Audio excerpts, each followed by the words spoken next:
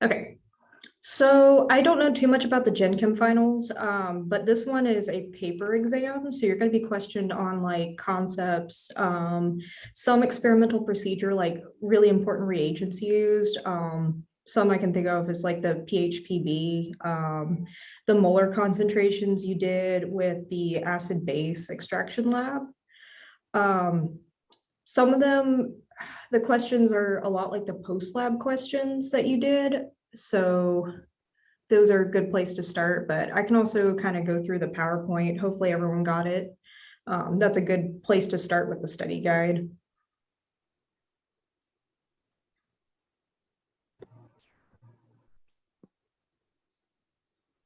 Yeah, I'd much rather you guys ask me questions than me just talk the whole time because I can't give away answers and I don't have 2 hours worth of stuff to say.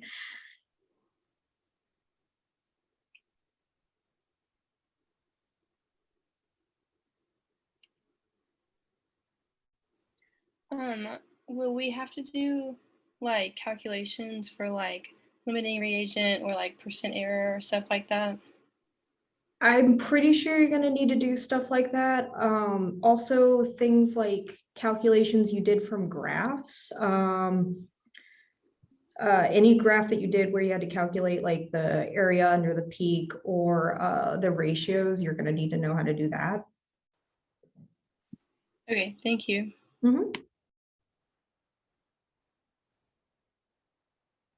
Any of my students?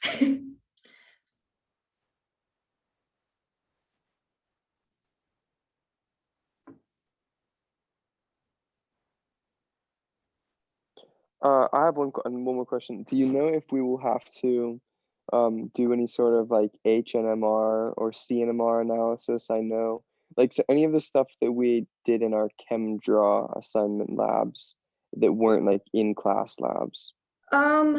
I don't believe any of the ChemDraw stuff is on there. I don't remember there being any of the spectral stuff because they cover so much of it in lecture, but don't quote me on that.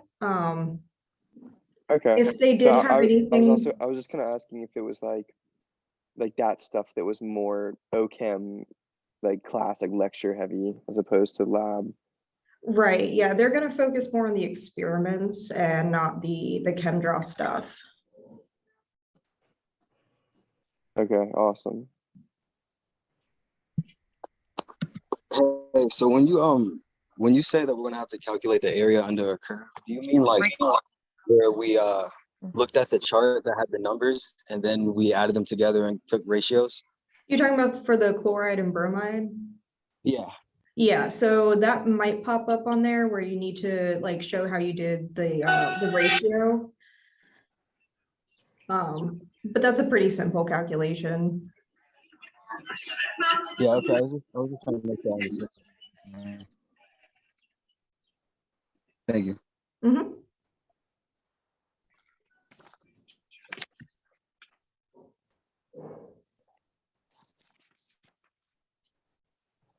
So unless it's just like, so it sounds like a good portion of the questions will be based on just remembering things from the experiments. What is probably like what is something that we could expect to be the most difficult, like calculation or math wise? Is there really any hard math on it, or is it just kind of like you know it or you don't? Um, I think the one that's going to be the hardest for people is probably limiting reagent calculations, but I don't recall that being it's not very math heavy. A lot of it's kind of conceptual and little specific like parts of certain techniques. But any calculation you kind of had to do for like your lab reports, I would probably know how to do pretty well. Okay, understood. Thank you. Mhm.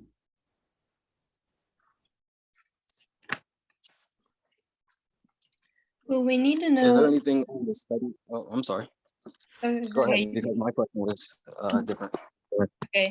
I was just gonna ask all the information that we had in like the table of reagents each week. Do we need to memorize any of that? Oh, like the molecular weight and something? No, you shouldn't need Okay. to do that at all. And like we don't need to know structures of any of that. certain things that were like really important reagents or products, you should probably know those structures. I can't say which ones to go for. But like focus on like the important reagents from certain labs and just know those general structures. That should probably help you. Okay.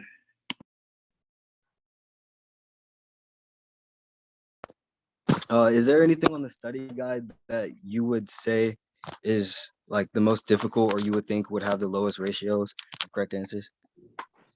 Like I said, I'm going completely off of last semester. I don't know if they've changed it up, but things from like the acid base extraction lab and the transfer hydrogenation lab seem to trip people up the most. I think they were kind of missing the point of the labs and the concepts, along with how the mechanisms work. Mechanisms seem to be a really big problem too. So no, like the double halogenation and dehalogenation mechanism, things like that. I tried to point them out a little bit more on the study guide. So if I say something like the PowerPoint's really important, you should probably look at those mechanisms pretty well. Awesome, thanks. Mhm.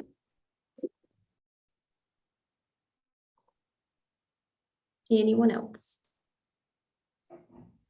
Do we need to know any of like the procedure part of the, like that we put in the lab report? Like, are they gonna ask like, if you are at this point in the experiment, like what's next or anything like that?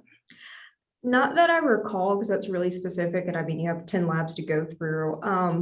But if it's like overall, like how do you do this type of extraction, like just a small thing, kind of like that, but nothing like, oh, if you're at this point, you know, what do you do? Okay. So don't need to like memorize the procedures or anything.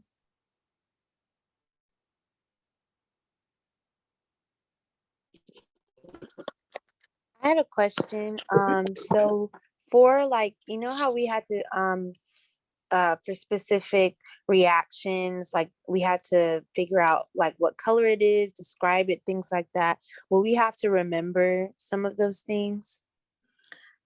I don't think so. I'm sure there's going to be some things where it's like really obvious what they're looking for, and it would be one that would stick out in your mind, but I don't think that was on there, like any observations. Okay.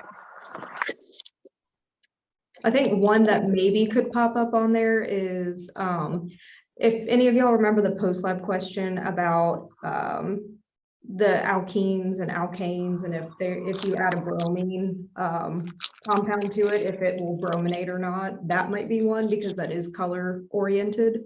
But that's where I'm going, like kind of look at the post lab questions more for things like that.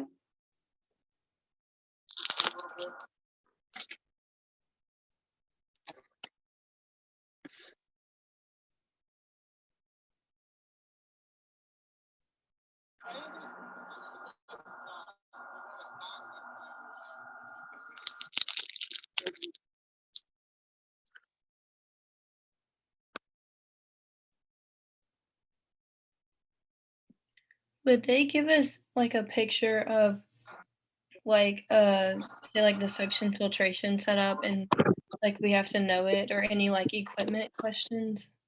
Yeah, certain diagrams, like your overall like distillation setup, a suction filtration setup, just like the general diagram for it. I do think they'll probably put something like that on there, so just know how to label it, things like that. Okay, like all the pieces that go in it. Yeah. I don't think they're gonna have you draw one, but don't quote me on that. Although I think that would be really cruel. Will the test be multiple choice, like all of it, or will we have to draw some and some be like short answer and like description and things like that? It's all of the above. Okay. Yeah, you're gonna get a mixture of multiple choice. You're gonna have like fill in the blanks type things. You're gonna have to do your mechanisms completely drawn out yourself, that kind of thing. and like the flow chart that we had to do for like where we had to do, I think it was like where we had to separate like the acidic component and basic component and neutral Mhm. component. We'll have to memorize that. Yeah, I probably would. That's a Okay. really important one. They seem to like to include that one because it's got a lot of concepts to it about like protonation, deprotonation, what end extraction actually does. So they seem to like that one a lot. Okay.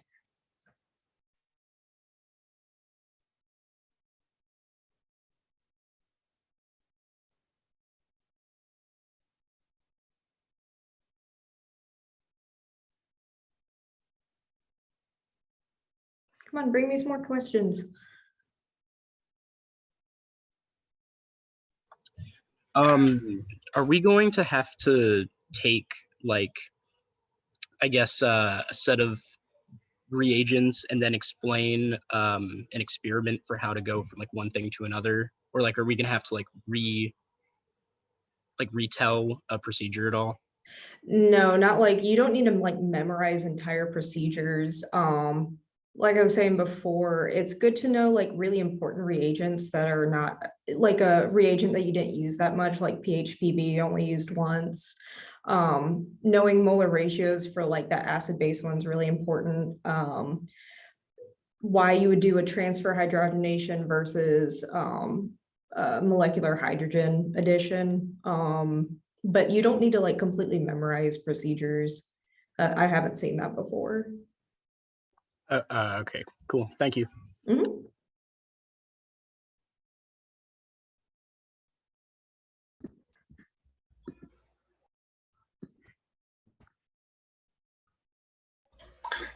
Do you think we'll have to know any like specific boiling points or melting points besides like water, obviously? I don't think so. That'd be kind of weird to me. I don't recall seeing that, and that would be a whole lot to memorize too, so it'd be kind of cruel.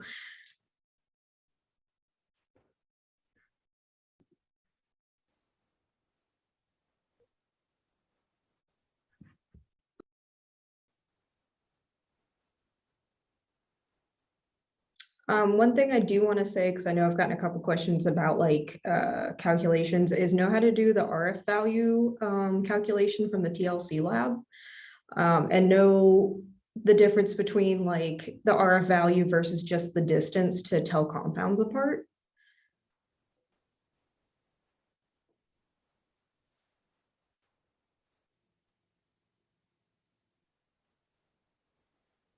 All right, more questions. You're making this recording weird.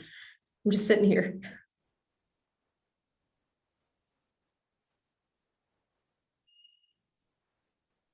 I feel like it's kind of hard to know what to ask because like we don't really know what's going to be on it. We just know like, you know, which Well, if you experiment. also have like specific like concept questions, I can always help with that. That's why I sent out the PowerPoint kind of early, so y'all could go through and go like, oh, maybe I don't know this as well, that kind of thing.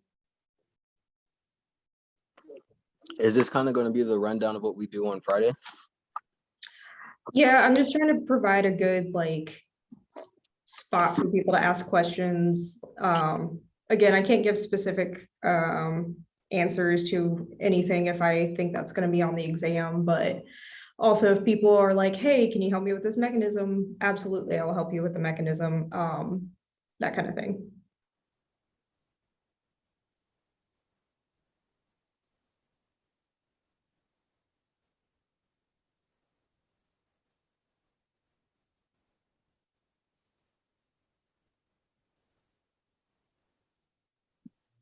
Do you know off the top of your head which mechanisms we like went through in the labs? Definitely the bromine lab. So your double halogenation and your double dehalogenation, definitely know that mechanism. Diels Alder probably, because y'all only had mechanisms for like the last few labs, so those would definitely be good to know. I do want to remind everyone that with like the transfer hydrogenation labs, You don't break carbonyl bonds. So a double bond between a carbon and an oxygen, a carbonyl bond, you don't break those with transfer hydrogenation. But other reactions to look at are the ones from the post-lab questions, because those had different kinds of reactions listed through there that went with the same concepts as what we were doing in lab. So please look at those.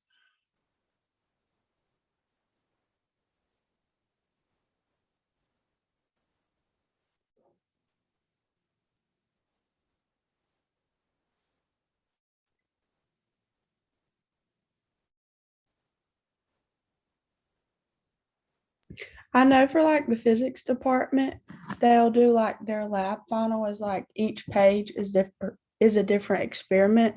Is this how this exam is, where like one page is like all from the same lab? No, not at all. Okay.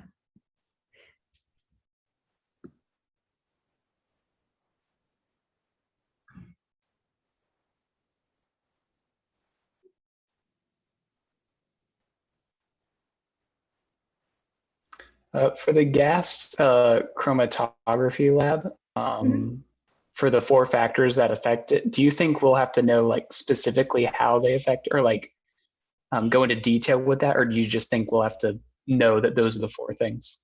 No, just when you're just like the general, like the column length, oven temperature, things like that. They're not going to make you like write a whole paragraph. I don't think. I don't recall it being like that. Okay.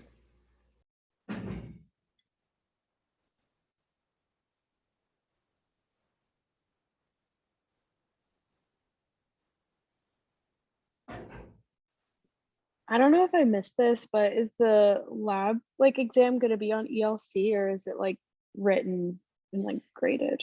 So it's a written exam. You're going to take it in the same place that you've been taking your lecture exam. So whichever room and whatever building you're normally in, that's where you're going to be. So it's a paper exam. It's quite a few pages, but you'll have the same amount of time, an hour and a half. And then at the end, all of us TAs will switch out to grab all of our students' exams, and then I'll grade them. Or Okay, for thank you. Max's, they'll grade them. Just to clarify, you just said that we take this exam next Wednesday where we take our lecture exams. Yeah, they just put an announcement out on ELC. Okay. So just to clarify that.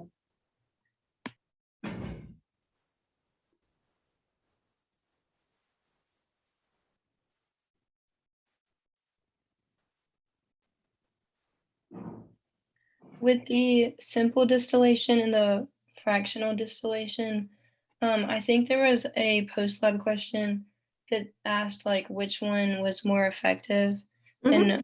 And can you like explain which one would be better and why? So fractional is going to be better, especially because you're going to be dealing with a lot of solvents that their boiling points are less than 100 degrees in difference. So fractional is better for that because you have your mini distillations within the fractionated column. And those are your theoretical plates. The more theoretical plates you have, so the more mini distillations you have, the higher the efficiency is. Simple distillation, you only want to use when the boiling points of your compounds are more than 100 degrees Celsius in difference. So if they ask you a question where it's like, oh, you know, they're 78 degrees Celsius apart and their boiling points, you need to choose fractional because it's less than 100. Okay, thank you. Mhm.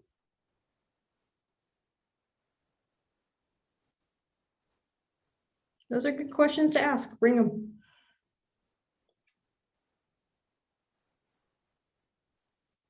So with the TLC, the plate diagrams, are we drawing those or are we just analyzing them? I don't remember if you draw them or you analyze them. I mean, either way, you're going to have to analyze it because I'm pretty sure the RF value calculations are going to come up on there. But since those, I mean, they could give you like distances that you would have to like draw on the plate and then give them the RF values with your calculations. But I don't think that would be too insane. I think there was a question like that last semester, and I don't think too many people missed it. Yeah, it's not too difficult. I was just wondering because it says plate diagram, so I wasn't certain if we were drawing them or not. But okay, thanks. Yeah, I can't remember if y'all drew them or not, so.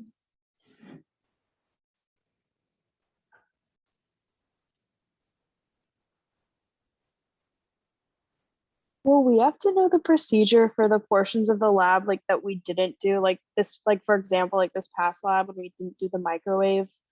No, portion. you don't need to memorize procedures at all. If it's like important steps for like a specific technique, yeah, you might want to know that, but they're not going to sit here and make you memorize like pages upon pages of procedure. And especially if you did not do any part of the procedure, like for the Diels-Alder lab, then I don't think you're responsible for that.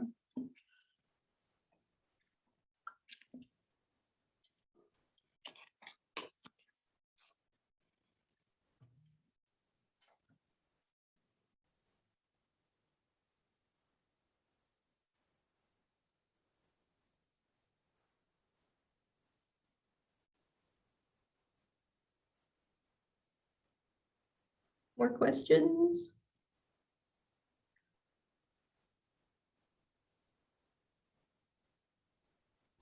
I was just kind of going through the PowerPoint and just to like make sure azeotropes just exist as mixtures. Yeah, so there's going to be certain compounds like they give you the water ethanol example because it's probably the best one, where basically the way they mix and kind of react makes them act like one compound instead of two. So they don't really separate because you don't really know where the boiling point is. That's pretty much the best way I can kind of describe it. Okay. It's like they're changing each other's boiling points almost. But if y'all want, I can share my screen and we can just kind of go through the study guide and y'all ask me questions as we go through, if y'all want. Yeah, that sounds good. Okay, all right, let me do that.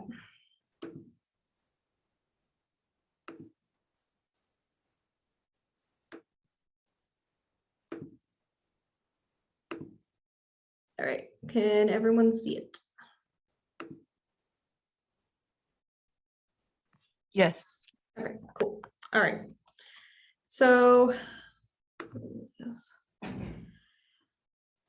definitely want y'all to focus on what I've listed here on this slide. Like I said, in my labs this week, this is not gospel. I'm going off of memory. I also have to be as broad as possible because I can't give away answers.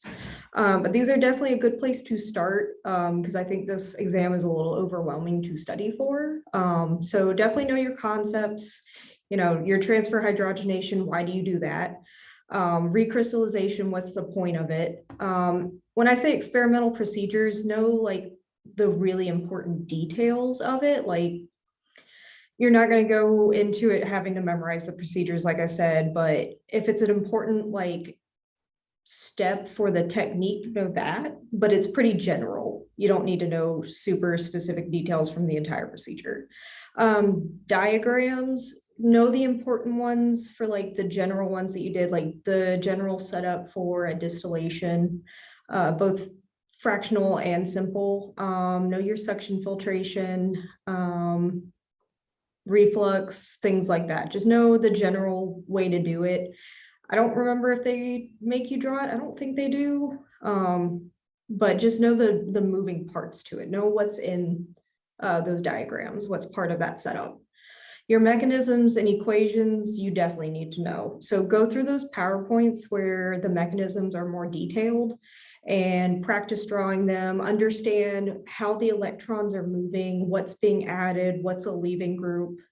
So know those really well. And then your post-lab questions are also really good because they will quiz you on the concepts along with what will happen with a specific reaction, things like that. They also kind of quiz you on like procedural parts. And I think that's as in-depth as that will go on the exam. So anyone has any general questions about that?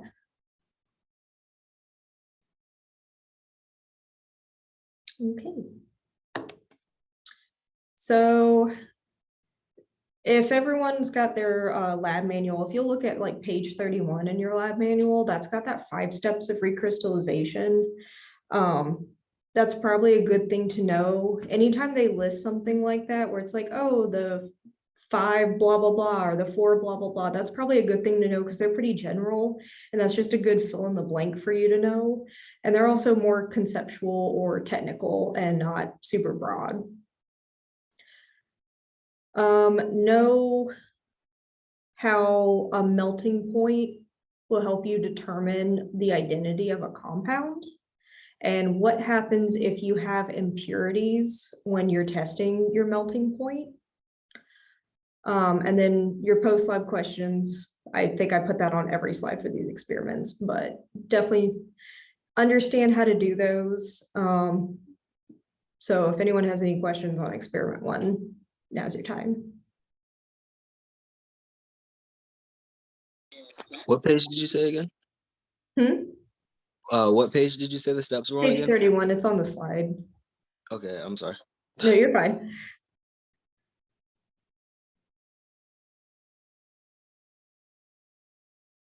Anyone else? Okay. So I think the concepts from the distillation lab are really important. You know, why you would use simple versus fractional distillation. You know, the only difference in the setup is your column that you're adding. But you need to know about the theoretical plates and the mini distillations and why that tells you the efficiency of a fractional distillation. Know the difference in boiling points for simple versus fractional. And know that graph. I think a lot of people miss the post-lab question that has the graph in it. So look into why you would have missed points for that. Because it's supposed to be volume versus the boiling point. And a lot of people want to switch either a boiling point or the volume. So know how to do that. So go back to those and see what you missed. Know what an azeotrope is. And yeah, know the diagrams for general distillation setup. Any questions?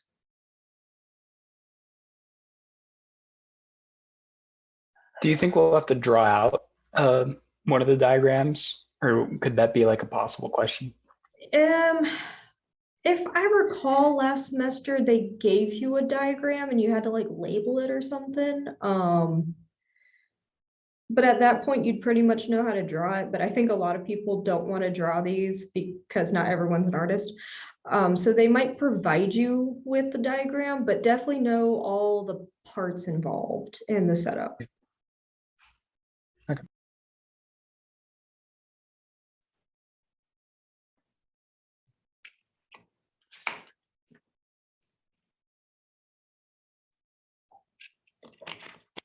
Any more questions on experiment 2?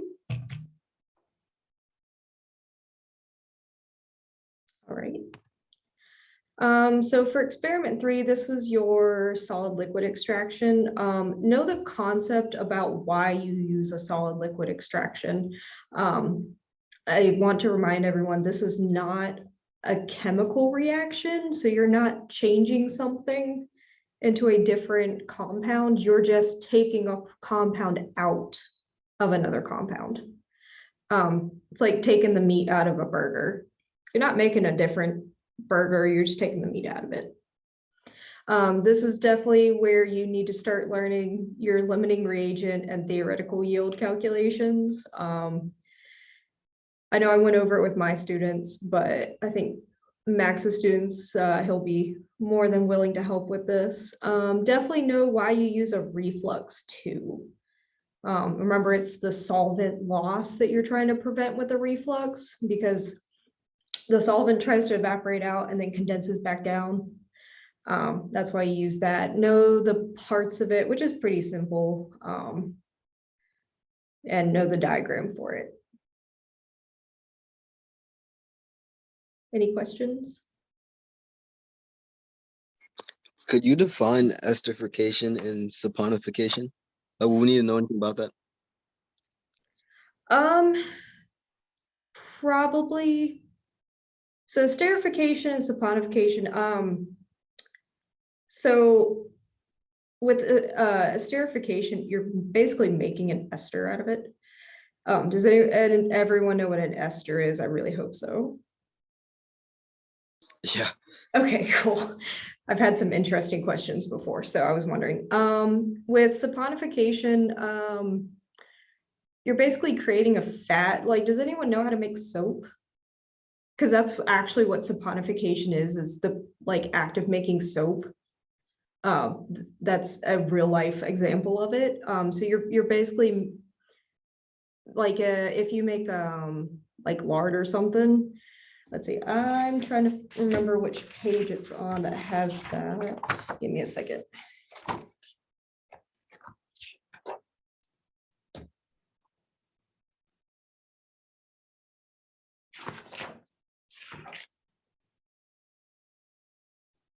Okay, so if you go to page 77 of your lab manual, so the forward reaction that they're showing on this is the esterification. And if you want, I don't have the trimeristin structure on here, but y'all should have that in your pre-lab. The saponification is going the other way. So that glycerol is what you're making with the saponification because it's that fattiness. Glycerol is a very slippery compound. The myristic acid technically is a byproduct in this. Actually, that's why making soap is kind of dangerous because you also make acids a lot of times. I don't know if you're gonna have to sit there and define those. It may be just kind of know what happens with it, if that makes sense. But if you're doing an esterification, do you see those, the hydroxyl groups on the glycerol? You're gonna basically add R groups to those. And that's how you, in this example, make trimeristin. I hope that makes sense. It's very hard to show or tell without actually showing it. No, that explained it well. Thank you. Oh, okay.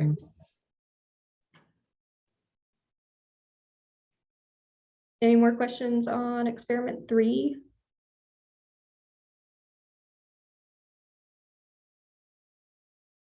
Okay, we'll move on.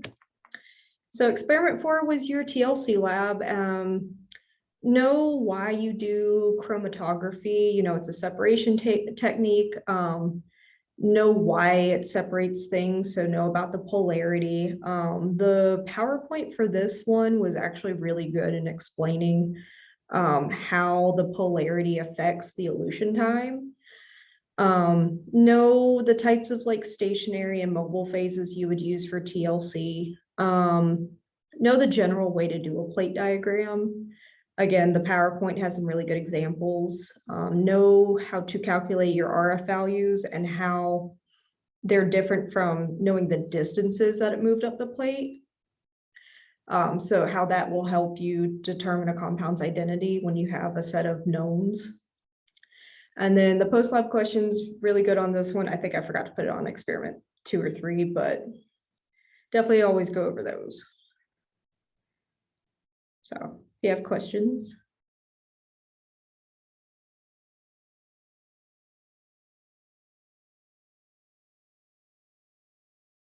Okay.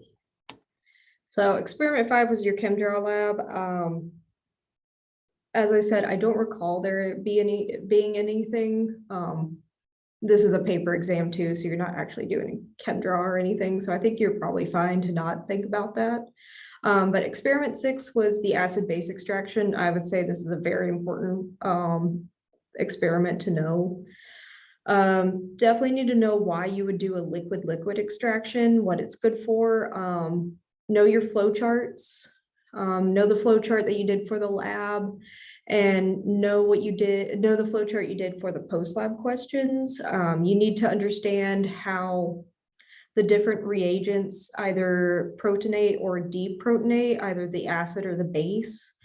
Know that the neutral doesn't get protonated and deprotonated. It's just moving along through the aqueous and the organic layers.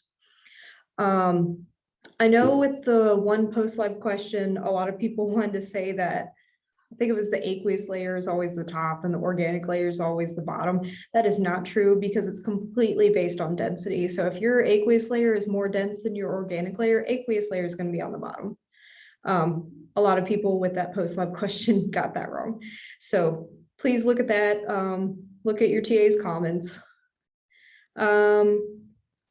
I think with this one is really where you start seeing the importance in the reagents, and knowing kind of what you do in a general way throughout the procedure. I mean, most of the time you're just kind of using a SEP funnel and just draining off layers, so it's pretty general, but again, I want to reiterate, know why you're using either an acid or a base at certain parts of the experiment, because you're trying to deprotonate or protonate an acid or a base. So understand that concept.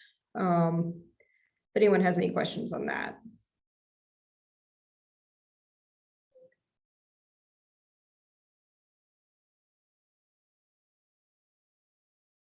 Okay. With experiment 7, that's the transfer hydrogenation. You need to know what types of double bonds break. Again, not the carbonyl double bond, that's not going to break. Aromatic ring double bonds don't break either because that's highly stable in its resonance form, so they're not going to break with just a transfer hydrogenation. Know why you would use this type of experiment versus just using hydrogen gas. So like I said here, definitely know what they put in the PowerPoint, especially with that mechanism, how the hydrogen is added on to a compound to break up a double bond. I think a good thing to know from here is what types of hydrogen sources you can have and what kind of catalyst they would use. So this is one where I think a little bit of the procedure is pretty important. And your post-lab questions had a lot more mechanisms. And I know a lot of people kind of missed some of those. So go back, see what you missed, and try to understand conceptually why that mechanism works the way it does. So if anyone has any questions on that.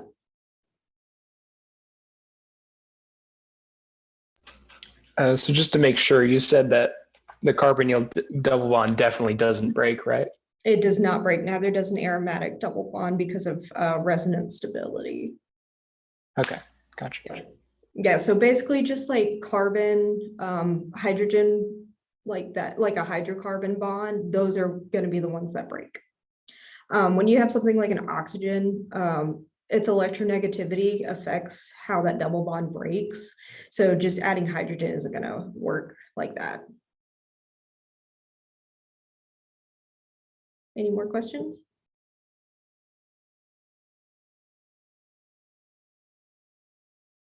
Okay. So this was experiment 8 where you made an alkyne. Understand why you're making alkyne, how it's different from an alkene and an alkane. Pretty simple though. Definitely know these mechanisms and the equations. I think some of the procedure was kind of important, but not, like I said, don't memorize the whole thing, but understand like where certain steps where you're adding like the bromine, you know, what happens with that reaction. Know why you have to do it in a 2-step fashion, which is just your halogenation and your elimination.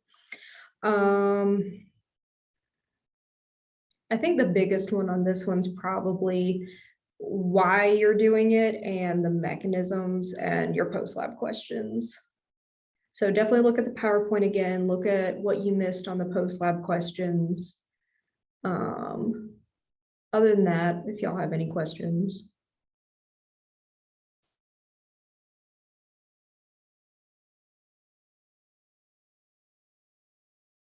Okay. So this was experiment 9, your gas chromatography experiment, which was pointless because you didn't actually do any gas chromatography. But you need to know similar things as to how like gas chromatography is similar to TLC. Know that's a separation technique. Know about the stationary and mobile phases you can have with gas chromatography. Understand that the retention time is very similar to the RF value, but it's showing peaks at when a compound elutes from the column. Know the 4 factors that affect your gas chromatography and its efficiency, which is also dependent on what compounds you're using. So column temperature or the oven temperature, the column length, the longer it is, usually the better separation you have. Not always the case with certain compounds, but it's also the stationary phase you use. If you have compounds that are more polar, that's going to affect what stationary phase you pick. And then the gas flow rate, how fast you're sending a compound through. If you have it going too fast through a column, you may not get a good separation, but if you have it going too slow, it may just, take a week.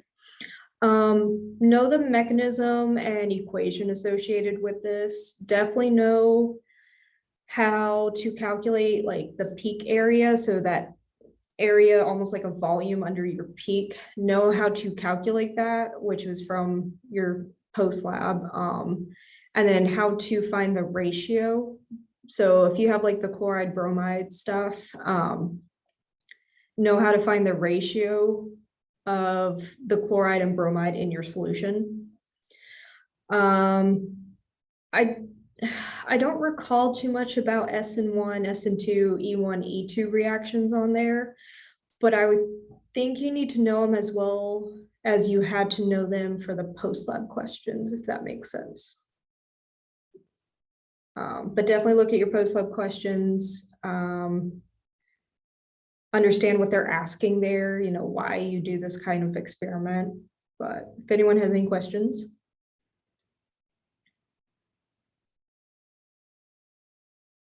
Do you think you could give a little rundown of SN1 and E1 reactions?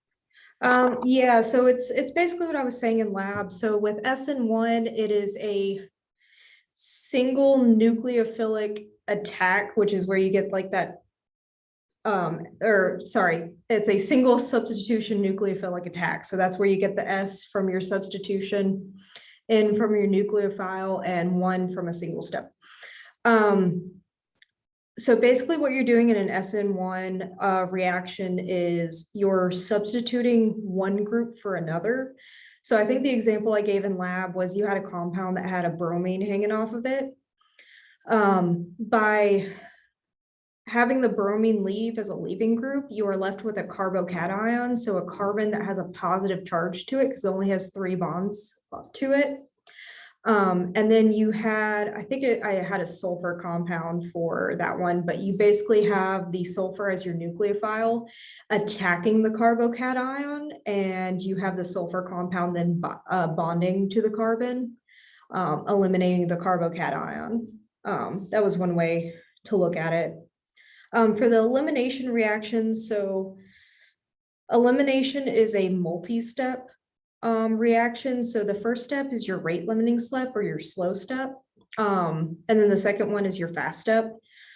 But the reason your first step is your rate limiting step is without that first step, you won't go any further. So that's where you do all of your calculations from. But basically with elimination, instead of substituting something, you're taking a nucleophile that will then grab onto a group from your compound and just pull it right off. This is a really good way to either make like an alkene, so your double bonded carbons, or an alkyne, so your triple bonded carbons. So it's basically just taking a group off, and the way the electrons move to cancel out the carbocation positive charge creates double bonds or triple bonds, depending on what you're working with your compound. I hope I explained that well over Zoom. Yeah, thanks. I missed the pre-lab lecture. That's the only reason I asked you to explain it again, because that was Oh, the okay. actual. If you go to the group chat that I have, I'm sure someone has the picture of it. So if you want to ask them to upload it. All right, awesome. Yeah, I will. Thanks. Any other questions for the gas chromatography lab?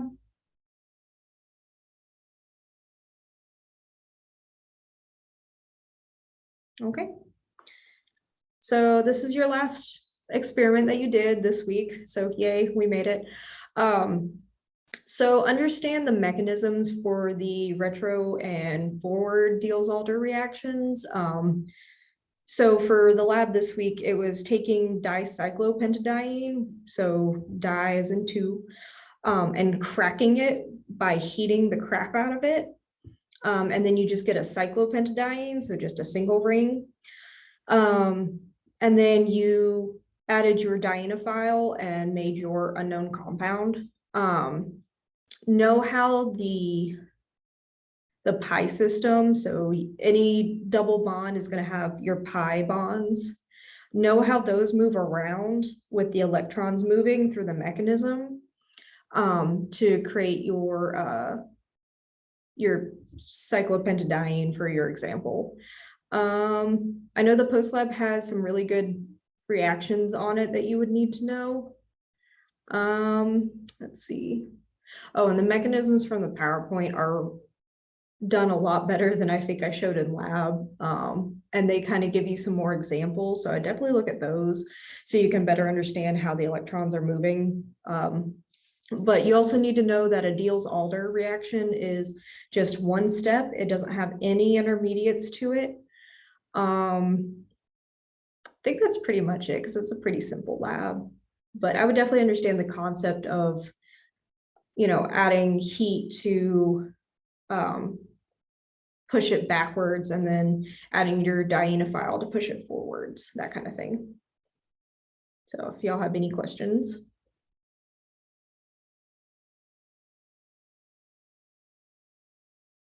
Okay, well, I'm gonna stop sharing my screen and I will continue answering questions if there are any more.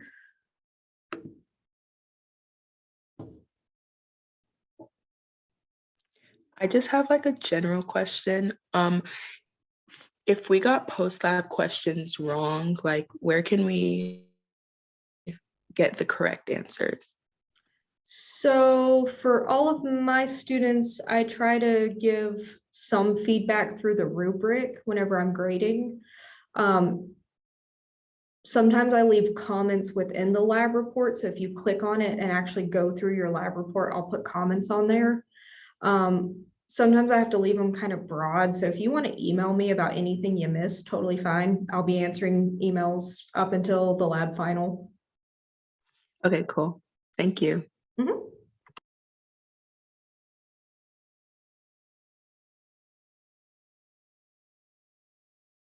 Any more questions? Just in general, is this a hard, like really hard exam, or is this like pretty average? I think it's harder.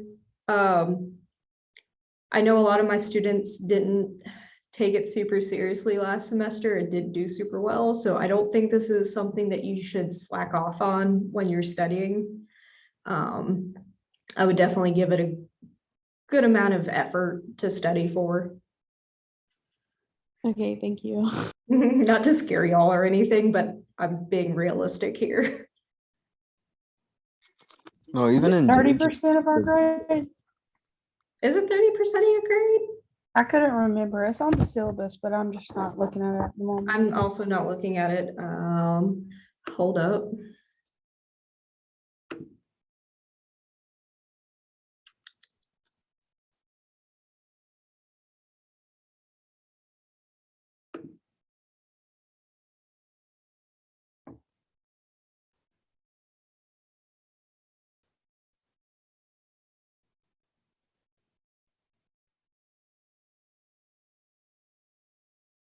It's 20%.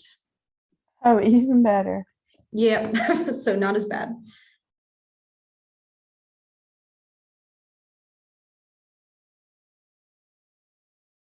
Any more questions? In the TLC experiment, just to double check, like the more polar substance would elute farther, right? Yeah, so if you want me to pull up that PowerPoint, I will. Hang on a second. Because it's kind of easier with visuals.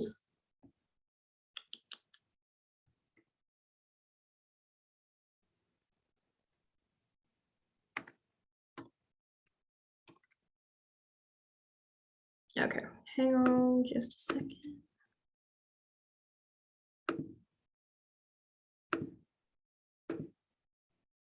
Okay, hopefully everyone can see my screen. So as they're saying in compound A, that one's gonna elute slower. The reason is because it's more polar, it wants to bind to your stationary phase more. So it wants to stay put on the plate more. Compound B is less polar in this example, so it wants to move with the solvent or the mobile phase more. But polarity with the TLC lab, it's pretty consistent that way. So the less polar one, because it doesn't want to stick to that stationary phase, is going to elute first.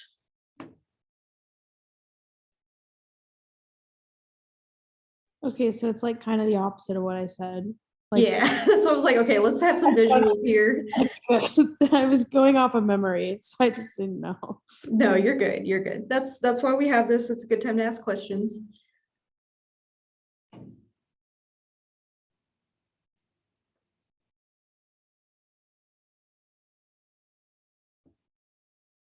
Any more questions?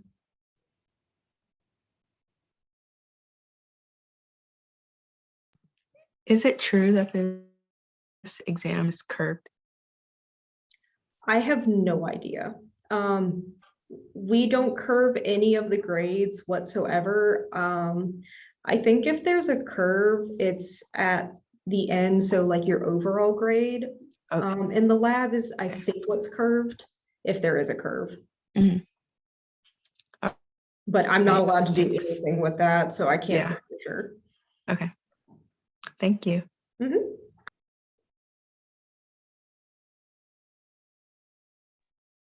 For the reaction mechanisms, are they just gonna have us like draw them out? Like we're just gonna have to like pretty much either memorize them or understand them, like, or are we gonna have to apply them? Is it just gonna be? It's from what I recall, it's, yeah, you're drawing out the entire thing. So you really need to understand how the electrons move throughout a mechanism. And yeah, you probably will have to draw out the whole thing. Okay. So I would probably practice just like writing them down over and over again, but I also think the PowerPoints show the mechanisms a lot better than maybe what I showed in lab. So I would definitely go through those so you can better understand why that's working the way it is. Okay, thanks. Mhm. Any more questions?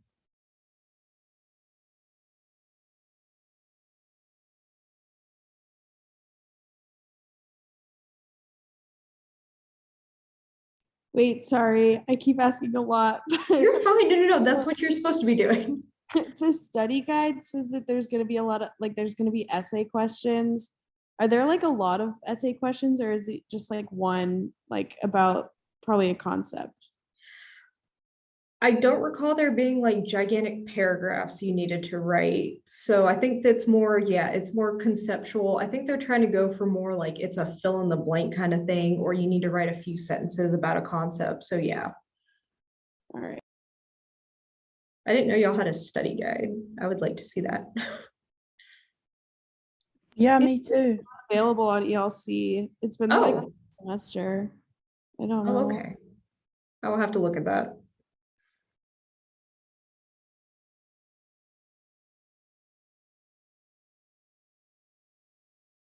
Any more questions?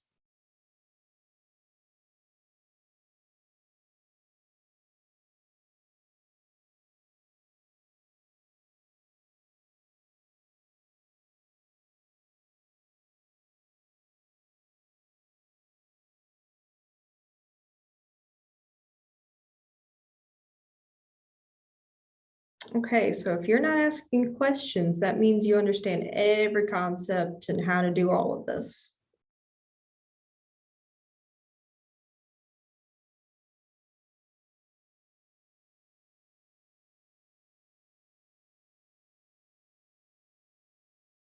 Are there any post-lab questions y'all want clarification on? Anything?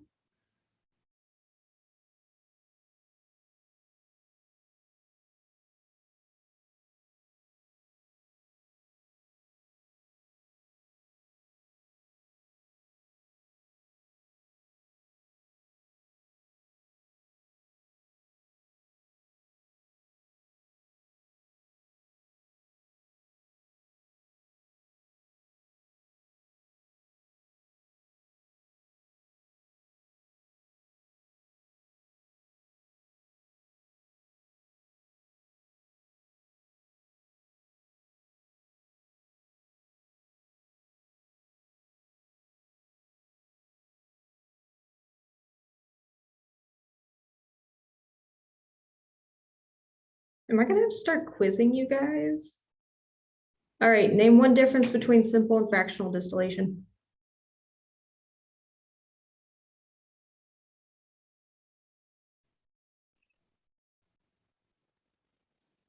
Isn't simple distillation when you're finding the boiling point difference between like when it's under 100 degrees?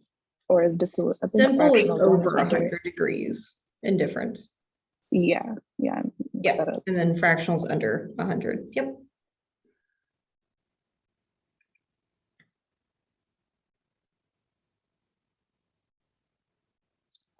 If you mix up your aqueous and organic layers in your acid-base extraction, how do you figure out which one's which?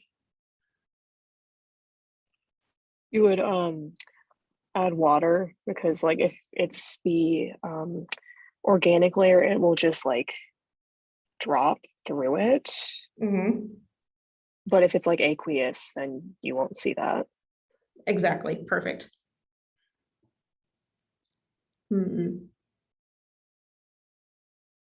What's an RF value?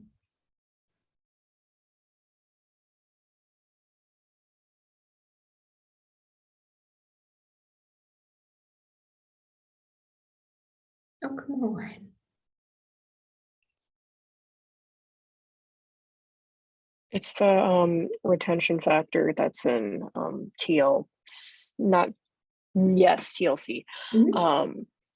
It's the distance, the like Is the solute distance traveled? Yeah. Perfect, cool. Y'all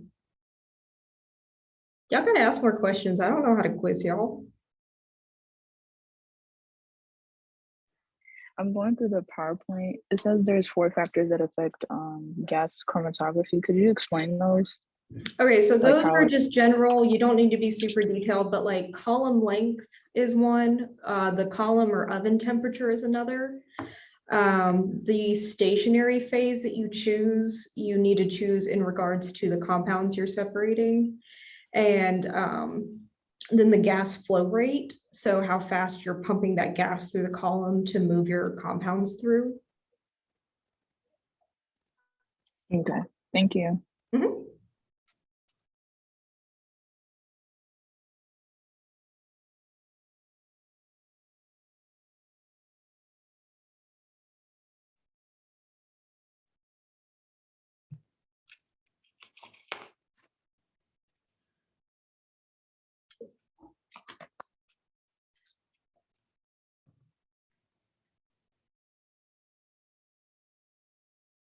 Any more questions?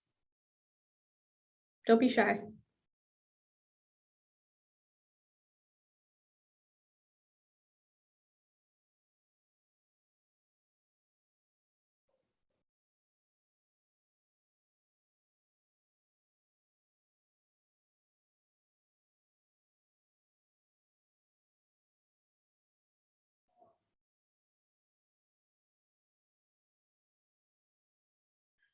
Okay, another quiz question. If you have a carbonyl bond, does transfer hydrogenation break this bond?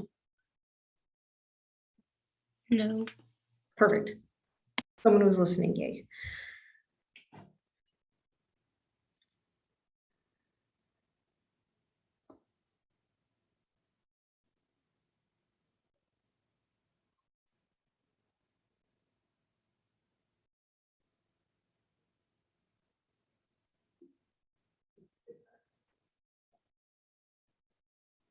Well, I don't know what else to say now. I told y'all I can't talk the whole time.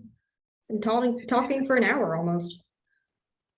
Okay, I'm just looking through my grade scope stuff. So Okay. I'm looking at, which one is this one? Experiment 6, separation of 3 component mixtures. So I got number 5 wrong. It says, would it make any difference if the methylene chloride solution containing both basic and neutral components was washed with, I wish I could share my screen. Maybe I could copy and paste the question. No, I can pull it up on my computer. Just give me a Okay. second.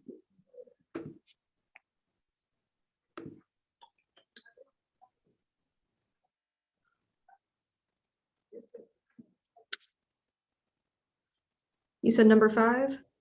Mhm. So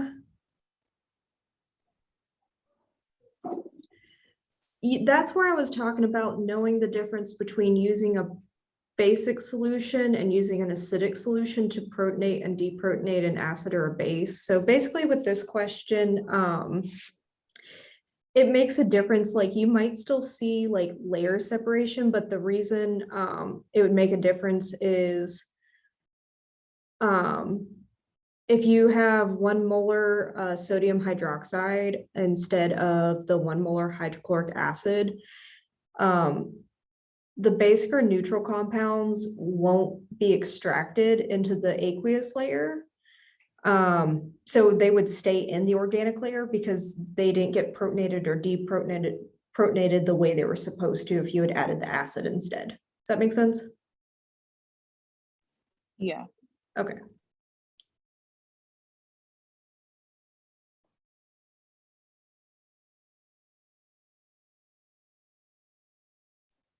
No, could you explain that one more time? I don't think it Okay. sticks. So sodium hydroxide is a base, right? Hydrochloric acid is an acid. You are adding a base to a base if you're using the sodium hydroxide, and a base isn't going to protonate or deprotonate another base. If you add an acid to a base compound, you're going to protonate, deprotonate. That's what is allowing you to move compounds through the aqueous and the organic layers, is because you are protonating and deprotonating acids and bases. So if you add the sodium hydroxide, nothing will happen and the base won't be extracted out because the base is still in its neutral state, because the base isn't going to affect a base. Okay, I think I read the question wrong when I was Okay. doing it. It's Thank a you. very long question. I don't make those questions.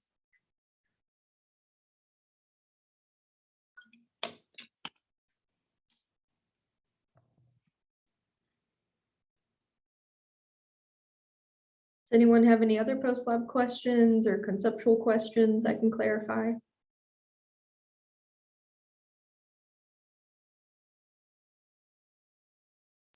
So fractional distillation is better, right? Mm-hmm. Why? So since you have that column on your fractional distillation, that column, because of all the steel wool or the glass bead, whichever one you have, I know the ones y'all use have the steel wool in it. Those allow for the condensation to hit those, but then if the boiling point hasn't quite reached it for that compound, it'll come back down. And those are like mini distillations. So you can think of the compound vapor going up the column and then back down as a simple distillation, like a little small one. So with fractional distillation, the more of those mini distillations you have, or your theoretical plates, that means the higher the efficiency, which is good when you have two compounds that you're trying to separate out based on their boiling point. But if the boiling points are less than 100 degrees Celsius in difference, so say you had one that was a boiling point of 60 degrees Celsius and one that was 100 degrees Celsius, there's only a 40-degree difference. So you need something that's more efficient and is going to have more of those mini distillations so you can more effectively separate them. If you're using simple, it goes through the distillation too quickly. So if you have something that's less than 100 degrees in difference, they won't separate out most likely. Okay, that makes sense. Thank you. Mhm.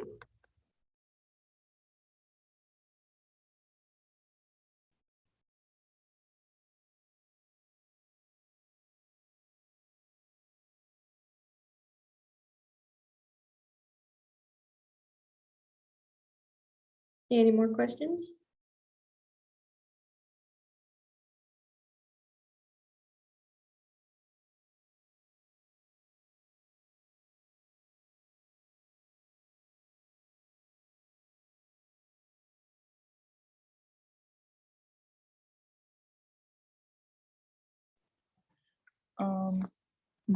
Which one is this? Experiment 4 TLC one. I got which question is this? Okay. Number 2 wrong. It says, how would the TLC plate development be affected if you only allowed the eluent to move halfway up the plate before removing it and marking the solvent front? Okay, so it's basically you want to give your components as much time as possible to separate out without your solvent front going past the top of the plate.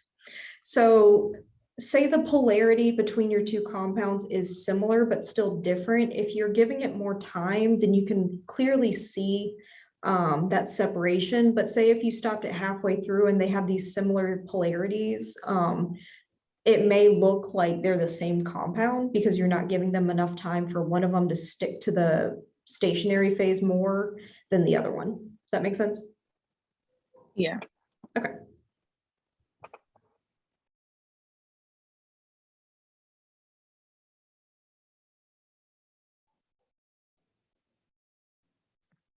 For experiment 1, yeah, on the post lab questions, like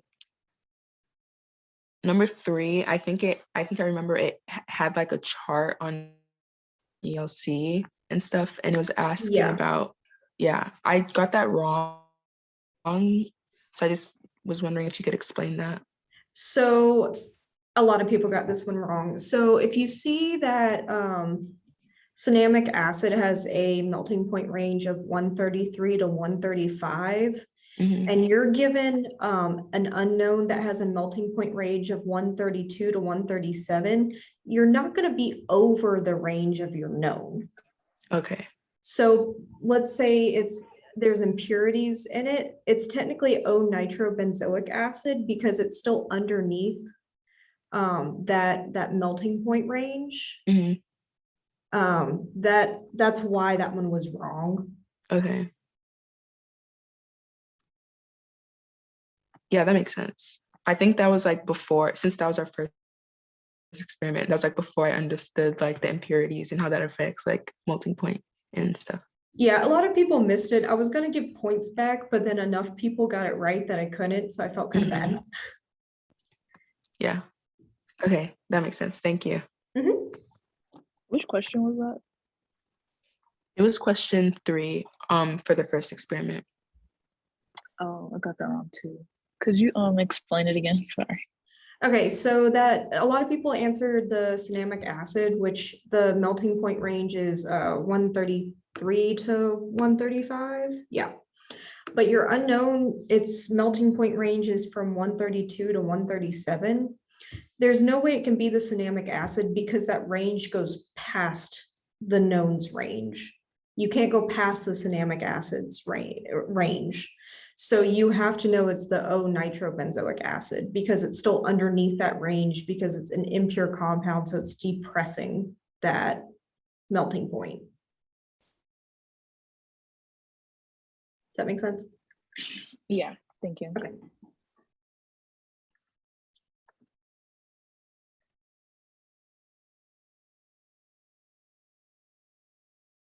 But these are good questions. Keep them coming. Hopefully other people will join in too, but I doubt it at this point.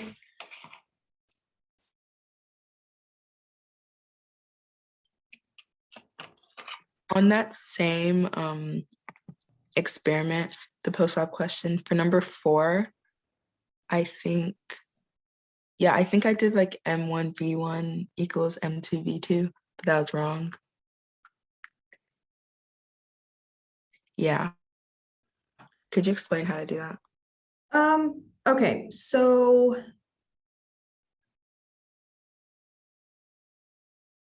that 20.12 grams of your compound K is in 150 milliliters of DMF. So basically what you're doing is a ratio here. So if you just take that 20.12 grams and divide it by the 150 milliliters, that's how many grams you have of your compound in 1 milliliter. So this one is 0.134 grams per milliliter. And then you just basically factor that. So you would do like the 25.4 grams times 1 milliliter over 0.134 grams. Does that make sense? Okay, You're yeah. going from like grams to milliliters, since that's what your answer needs to be in. So it was like 190 milliliters for the answer. So yeah, you didn't need to do like the M1V1 really. Yeah. Okay, yeah. It's almost like a density calculation. All right, thank you.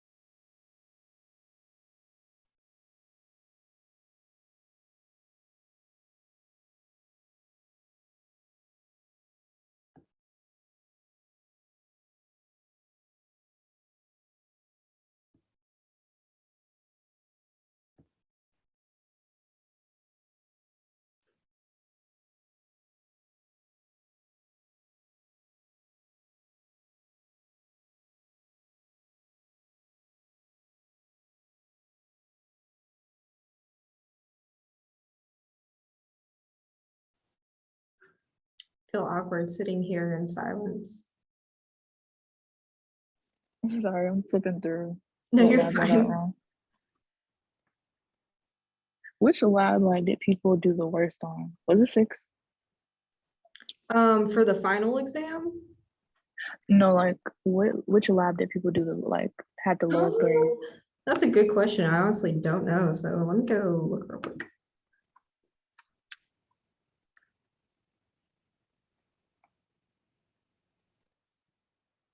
The separation of the 3-component mixture, that one had me very confused.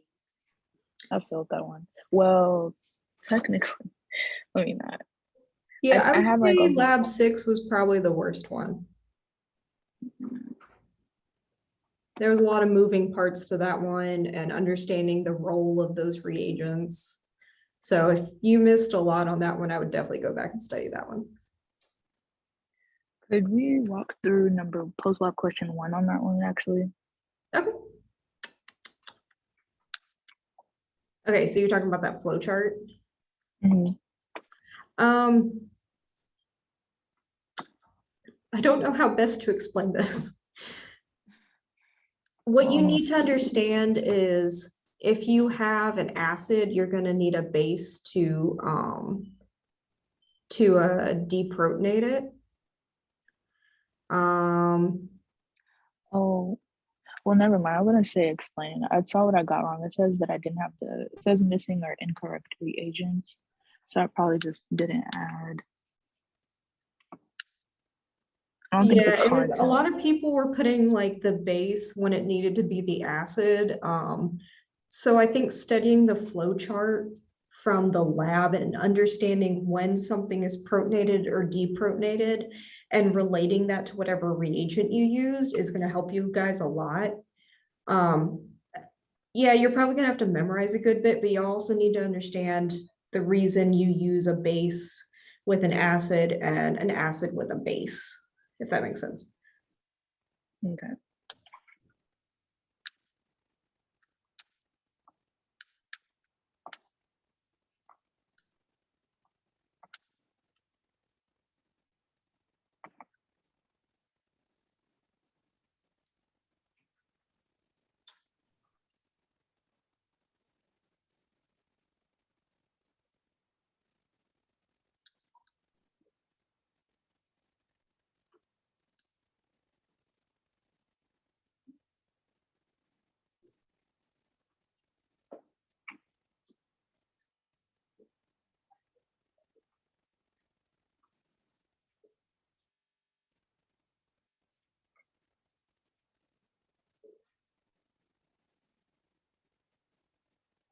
Has everyone had a chance to look at the study guides and reviews on ELC? No, I'm actually pulling it up right now. Okay. Yeah, same. Yeah, because there may be some stuff on there that I didn't think about.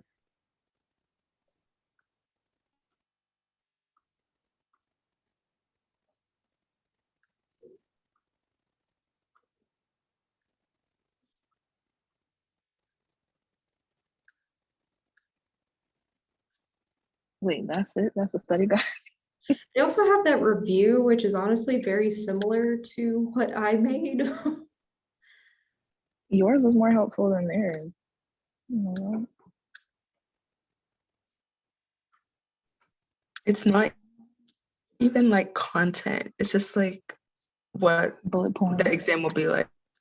Did Basically, y'all see Yeah. the PowerPoint that they have though? Oh, Maybe like I'm a looking at separate the one wrong from yours? thing. Yeah, Oh. yeah. I didn't know they had that. I didn't see that last semester. Well, which study guide are you guys looking at? So go to the Chem 2211 lab final review. It's in that same folder. I just see the PDF. That's the like. Yeah, there's do two this. PDFs. So go to the one that says the final review. I did not see that. Yeah, the only tab I see, there's a folder, lab final study guide, and there's one document there. Yeah. Oh, I have a Yeah, it whole says- one. What? Uh-oh. Oh, wow. Okay, only the TAs can see it. That's weird. Never mind. I lied. Just go by my my PowerPoint then, because it's pretty much the same thing as what they uploaded. They said they don't need that. Apparently, I didn't need to do any work, but you know, I only spent like an hour and a half on that PowerPoint. Appreciate you. that. Greatly appreciated. I was hoping it would be helpful. It is. It's a lot more helpful than the study guide they posted. Yeah, It's just read the helpful. entire lab manual. That's all you need to do. It's fine.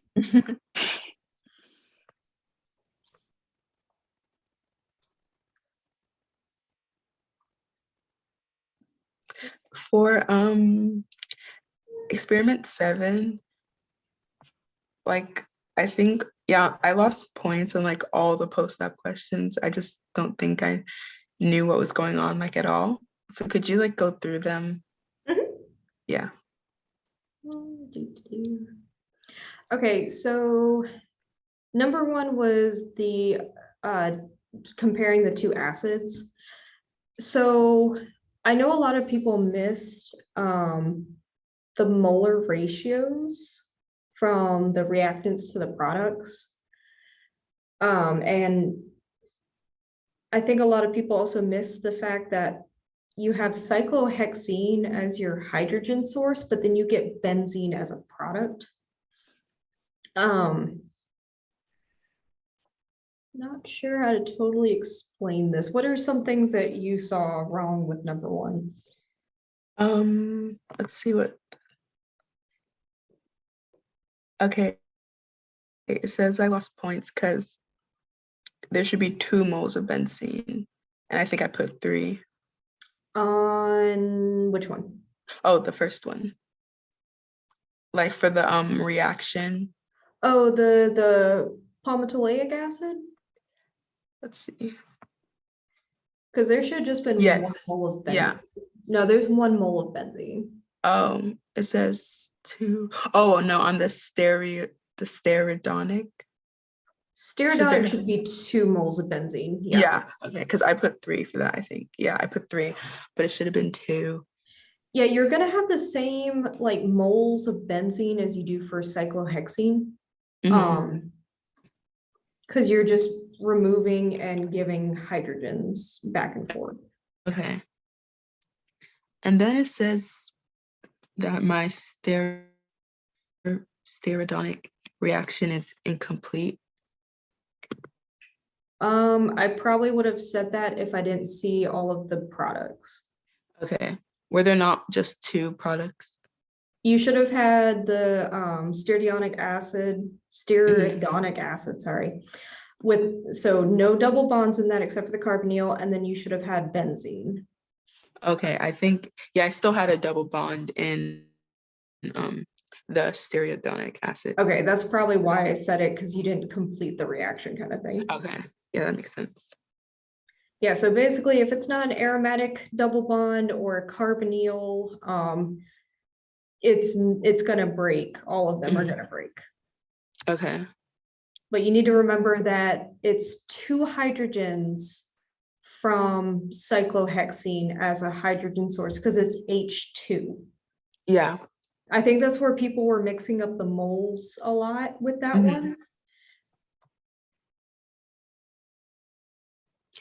And for number 2, it says that alkenes remained. So, I think maybe which double bonds were supposed to leave? All of them except for the carbonyl? Yeah, except for the second one, all of them except for the aromatic bonds. Oh. That's what I did, I think. Yeah. Let me look up yours then. Okay. Just give me 2 seconds. That's gonna take Yeah. me.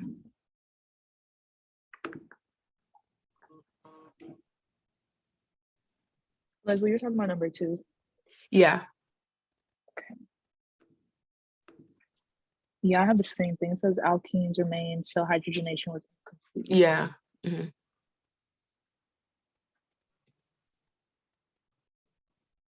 Yeah, I left the double bond in the ring and then the carbonyl double bond.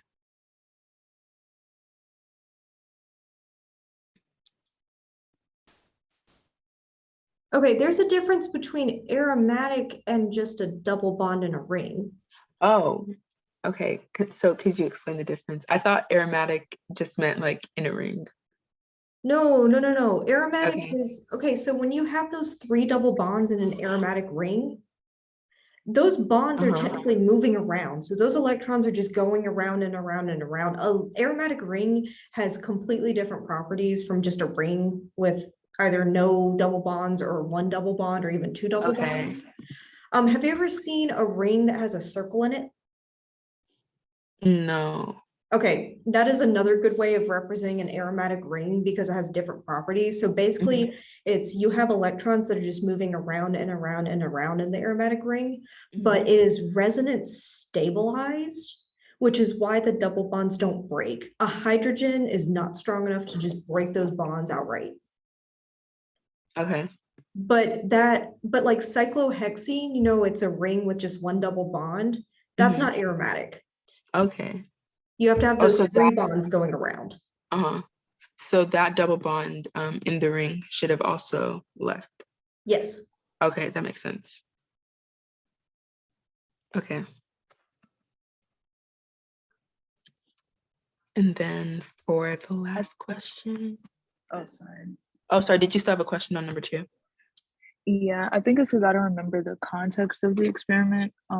Could you explain why the alkenes remain thing? Okay, so if I said that, it means that you left double bonds in your product that should have been broken through the transfer hydrogenation.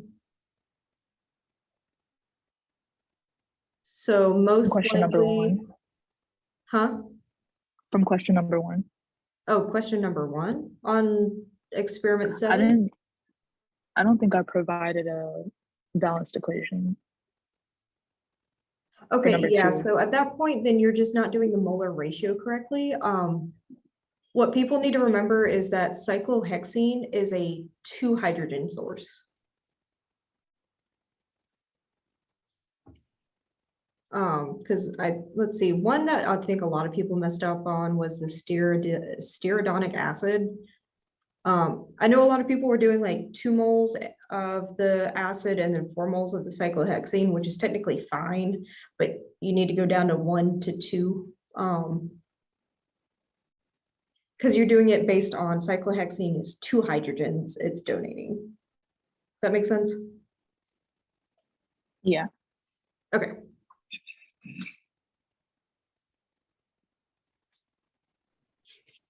And for number 3, it says it's not. Which lab? Oh, the same lab Oh, okay. 7. Yeah, it says that the reaction's not balanced. Oh, I was looking at number 3 for some of the number 2 answers. Okay, let me re-explain number 2 because I looked at this wrong and I read the wrong Okay. one. Okay, so this is what I was talking about earlier with like bromine changing colors in a solution. So if you have done a transfer hydrogenation and it was completely successful, it would still stay dark because you just have free bromine sitting in a solution. If it goes clear, it's because bromine has been used up to break double bonds. So if it goes clear, that means your transfer hydrogenation was not complete because you were able to add bromines to break up double bonds. Okay. Okay. Okay, yeah, I get that. Yeah, so that's where like, you have to remember that bromine makes things a dark color, but if it's reacting with something, it's going to become lighter. Okay. Sorry, I misunderstood what. No, which you're one y'all were good. I going think I for. also confused where my 2 and 3 was on that. Okay, yeah, that makes sense. Okay. Yeah, but for 3 it was like both of my reactions. I guess since I didn't put like the molar, like I just put the reactants and the products, like I didn't put how many moles of each there were. Yeah, you also need to remember that because you need to remember what your hydrogen sources are like. Yeah. Okay. And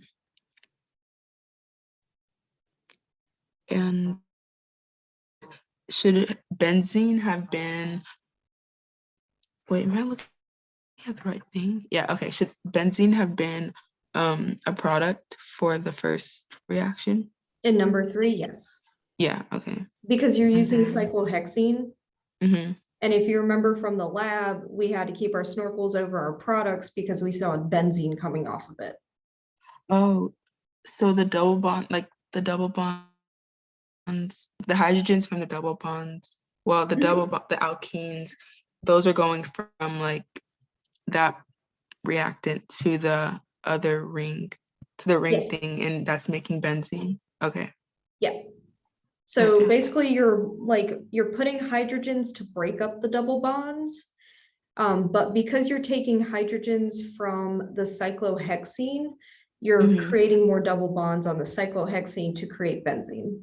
Okay. Is probably the simplest way I could put it. Yeah, that makes sense.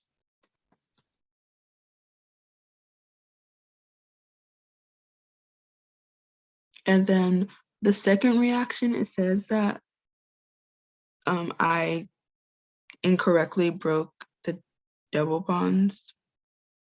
Okay, so that could have been you either left a double bond in there or you broke the aromatic double bonds. The only one I broke was the one like all the way on the end, like not the carbonyl, but the there isn't a carbonyl. other one. Oh, yeah, there's no oxygen on the end of that. So Nope. should that one have been broken? So that would have broken, yeah, because Oh, you okay, didn't have so that yeah, I didn't oxygen. break So that. that's not Yeah, a I didn't break carbonyl, that. it's just an alkene. Mhm. I guess since the fact like the double bond just like went up off the carbon, maybe Yeah, it kind of looks like one, but like yeah, think of carbonyl carbonyl. has to Yeah. have an oxygen. Okay. Yeah. All right. Thank you. Mhm.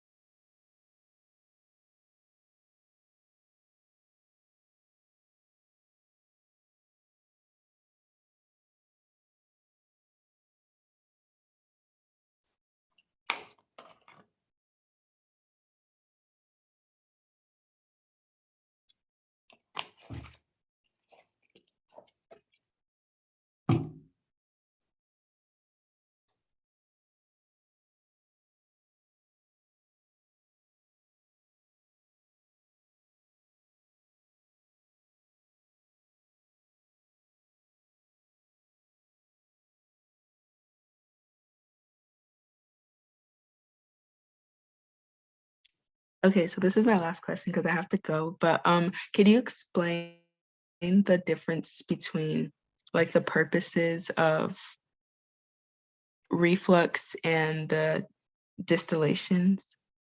Okay, so distillation is to separate compounds that have different boiling points. Mhm. And then reflux, so you still have your like condenser on it. Yeah. But the reason it's straight up is you're having vapors from your solvent move into the column or into the, and then it's gonna condense back down before it can evaporate out of the whole apparatus. So basically, you can reflux something without any solvent loss for like a really long time. I've Mhm. had reflux reactions that I've ran for like 2 days straight because it's not allowing the solvent to evaporate out. So you're still Mhm. constantly having your solvent stay relatively the same volume. Okay. What is it doing? Like you don't want to lose the solvent, but like is it reacting or something?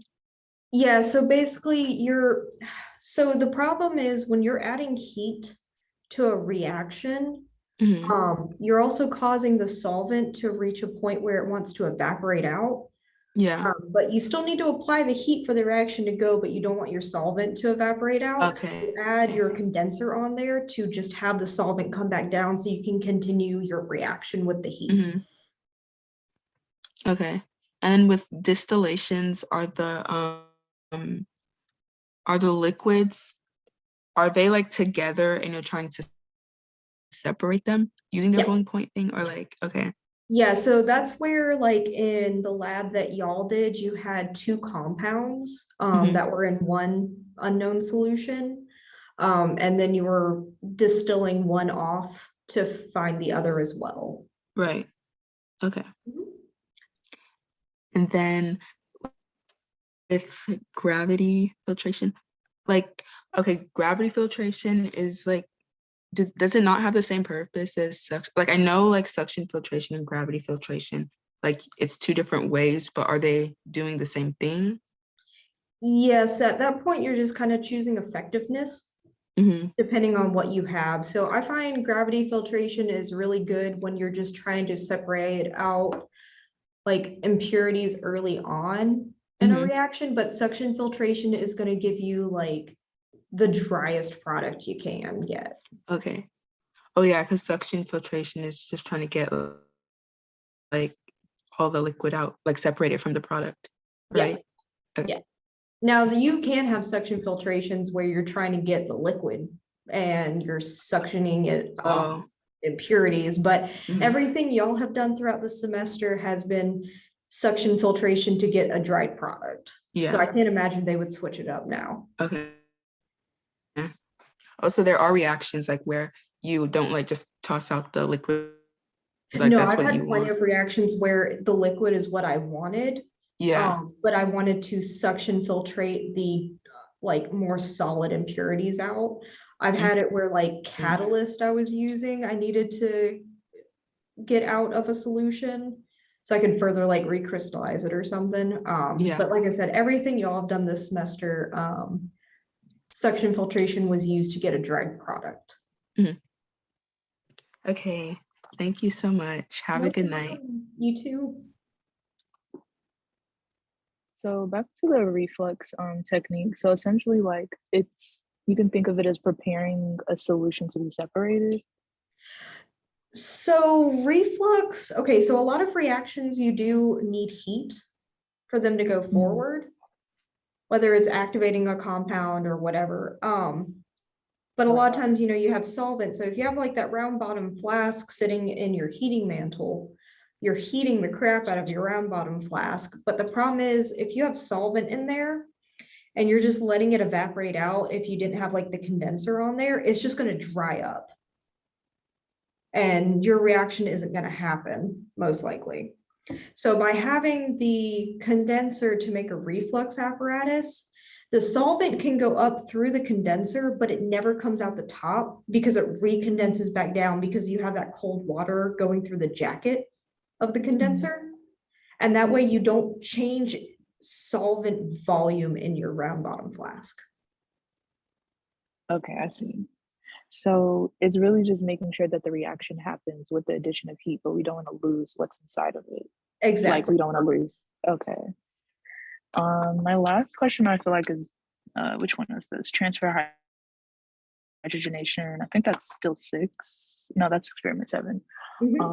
Number 3, I don't understand why because I put for one of my products, which one is this? I don't know what this is called at the top of my head, but it's the second one where With the aromatic ring in it. Is why don't those pi bonds break in the product? Okay, so in the aromatic ring, because those double bonds are resonance stabilized, they're not going to break just by adding some hydrogen to it. They're too stable. But if you have hydrocarbon chain where you have an alkene in it, so your double bond between 2 carbons, those aren't stable enough for them to basically survive hydrogenation. Okay, that makes sense. So with cyclohexene, where it just has one double bond, it's less stable because there's not, I kind of get it, but I don't. Okay, like, I get why. Aromatic rings have the 3 double bonds. They're not actually just sitting there the way it's shown on paper. Those electrons are actually moving around and hopping around the whole time. And That's the circle thing. it's not moving. That double bond just stays put. That's why. Oh, I see. So that's there's why no I'm saying about the resonance stabilization is because you technically have different resonance structures happening with an aromatic ring that you don't see with a basic ring with just 1 or 2 double bonds. Okay, that makes sense. So aromatic rings are always more special than any other kind of ring, and they have their own set of rules. Okay. I don't know what other questions I have.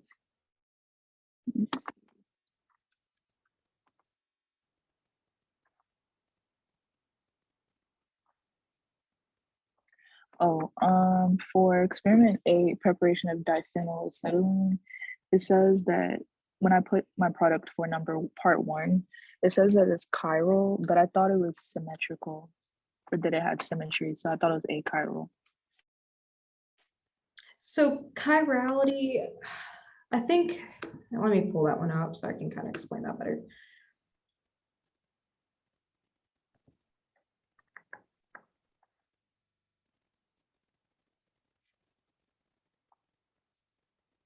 Okay, so for number 1, okay, we're looking at the chiral carbons. You still have chiral carbons. Yes, it's symmetrical, but there's still chiral carbons within that compound.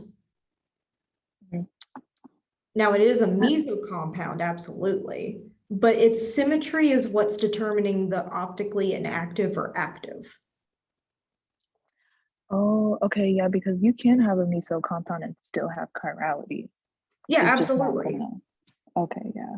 Do you remember that ChemDraw lab where you had the meso compound, but there were still Mhm. chiral carbons in it?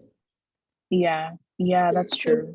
chirality isn't like, I mean, if you have a meso compound, you still know there's chiral centers in it. So that's why I Yeah. was having to mark that one wrong. Okay, that makes sense.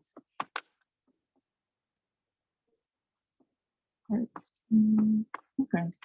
I think that completes all my questions. Okay, Thank you. no Have a problem. good night. Have a good one.